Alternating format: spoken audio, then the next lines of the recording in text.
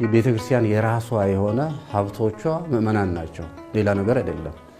ቅድም እንደተባለው ይህን ቤት የሰራ ነው ከሌላ አይደለም፣ ምእመናን አስተባብረን ነው። ከተለያየ አካባቢ ያሉትን ከሀገር ውስጥም ከሀገር ውጭም ያሉትን አሁንም ደግሞ የበለጠ እንሰራለን ብለን የምንጠብቀው እነዚህን ሰዎች ተስፋ አድርገን ነው። አብነት ትምህርት ቤት የለንም፣ እሱን የግድ ማቋቋም አለ። የተዘጉ አብያተ ክርስቲያናት አሉ፣ እነዚህ ያልተከፈቱ አሉ፣ በአመት አንዴ የሚቀደስባቸው አሉ። ለምን? ችግሩ የመጀመሪያው ሰው ማጣት ነው። ዲያቆን የለም፣ ቄስ የለም። ያሉትም አብያተ ክርስቲያናት ደግሞ ንዋያተ ቅድሳት ያልተሟሉላቸዋለሁ፣ ጧፍ የሌላቸው፣ ዕጣን የሌላቸው። አንድ ቦታ እንኳን ሄጄ አንድ ቀን ወይራ ሲያጥኑ ነው ያገኘሁት። ምንድነው ስል ዕጣንማ ከየት አባታችን እናመጣለን ብለው በወይራ ቤተክርስቲያን እያጠኑ የሚያቆዩ አባቶች አሉ።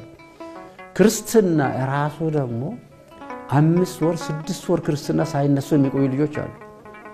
ለምንድን ነው ይሄን የምታደርጉት ሲባል እኛ በአመት ሊቀደስ ይችላል፣ እንደ እድል ሆኖ በ3 ወር ሊቀደስ ይችላል። እነዚህ እድል ሆኖቸው 5ኛ ወራቸው ነው 6ኛ ወራቸው ነው ክርስትና አልተነሱም።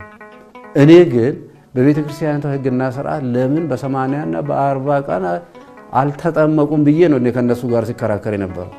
እነሱ ግን የሰጡኝ ነገር ምንድን እንዴት እስካሁን ታቆያለች ሲባል ሴት ከሆነ በ80 ቀን ነው፣ ወንድ ከሆነ በ40 ቀን ቤተ ክርስቲያን አዙረን ስለመጣን በቃ ክርስትና እንደተነሱ ነው ያደረግነው። ችግራችን ካህን ስለሌለ፣ ቅዳሴ ስለማይቀደስ፣ አገልጋይ ስለሌለ ቤተ ክርስቲያንን ስላዞርናቸው ክርስትና እንደተነሱ አድርገን የሚቆጥረው ብለው እንዲያደርጉ ነው ቤተ ክርስቲያናቸውን ያቆዩት። እነሱ እንግዲህ ልጆቻቸው ለምን ክርስትና አልተነሱም ሲባል አፍ ሞልተው ልጄ ክርስትና ተነስታለች ነው የሚሉ።